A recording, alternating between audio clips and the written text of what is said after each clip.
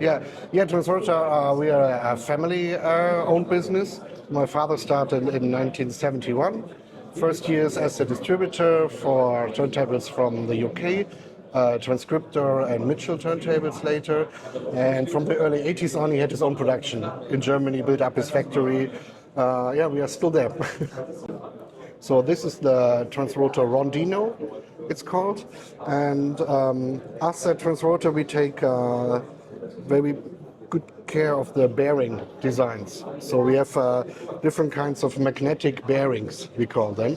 And the principle behind that is we have a motor, and that drives a big flywheel, and then there's magnets on top of the flywheel and magnets on the downside of the main bearing of the platter, and these magnets attract each other, and so by this, if the flywheel spins, it pulls the platter with it.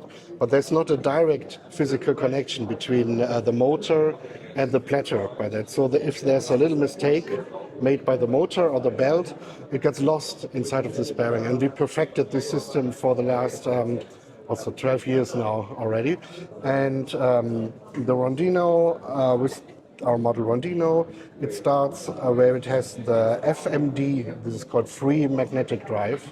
And if you look, I don't know if you can see it on the camera, but if you look down here, you see this here is the drive unit with the motor and the flywheel. And then you see there's an air gap between this and the main turntable. And this is where the magnetic force drives the platter through. So you have a combination of direct drive and belt drive. So you have the belt that gets rid of vibrations from the motor, and but you have a central drive under the platter, so the bearing does not get pulled in one or the other direction, so there's no friction inside of the bearing. So a combination of direct drive and belt drive. This is the Z3. This is our most popular model, you could say. We've been building it for 12, 15 years, something like that. And the good thing, a nice thing we introduced with the Z3 is you can have a lot of upgrades on it. So this is the full assembly. This is as much as you can do. But you can choose. You can have a second dampening plate for it. You can have our trademark TMD bearing or a so-called standard bearing for it. You can use up to 2 arms.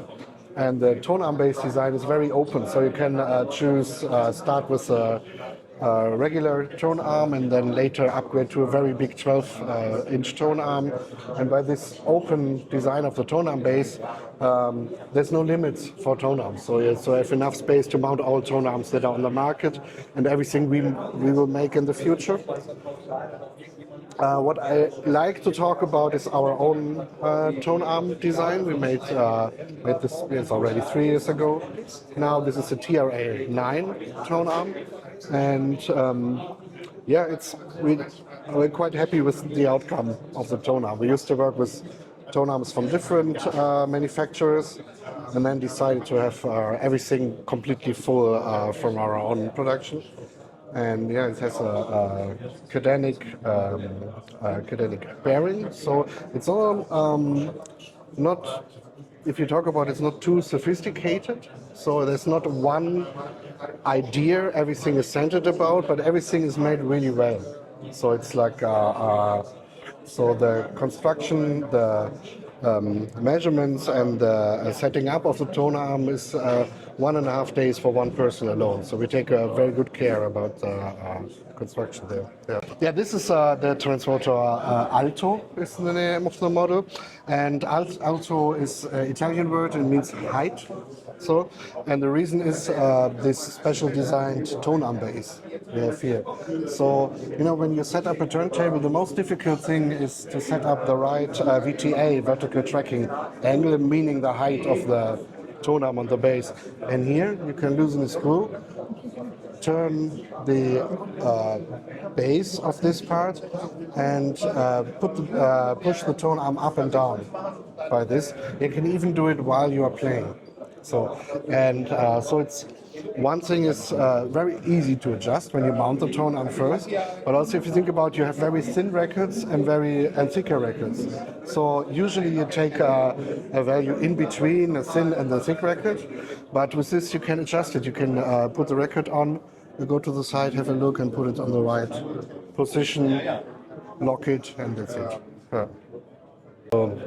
So this is the Transrotor Bellini, it's called. It comes in different versions. It can have a acrylic clear plate, or in this case, it has the slate base chassis. And the idea behind this was to have a classic turntable. So this is the shape and the way of turntable my father used to make in the 1980s, 1990s. This is what Transrotor was famous for 20 years. And then the shape and everything got a little bit more crazy and more sophisticated. And then we wanted to get a little bit back to a bit more practical design with a dust cover that's attached to the turntable, so just to protect it, because you can have the nicest cartridge and tone arm, and then but if the cat or the small kid comes, it should be protected. In theory, for the sound, it's not perfect to have a dust cover because you catch some vibrations from the room, but we have a system here where you just lose 2 screws here and here, and can just easily take off the dust cover if you want to. You know. And this also has, like all our bigger turntables, magnetic bearing design, not as sophisticated as the FMD bearing, but TMD bearing, which has the same principle of decoupling the motor from the platter. This is the from our Darkstar series, the Darkstar Silver Shadow. This is called Silver Shadow because of the silver parts, and yeah, also classic Transrotor design. It's a very good. This does not have the magnetic bearing design, so it starts a level up from this. Also very precise bearing. It has the weights on the platter. Because if you add weights on the outside of something, it's very good for the stability of the speed. If you think about a old steam machine or something, they all have the weights on the outside of the flywheel. So this is the principle. Yeah. And personally, I think it's from just speaking about the design, not technically, I think one of the nicest we have. I think.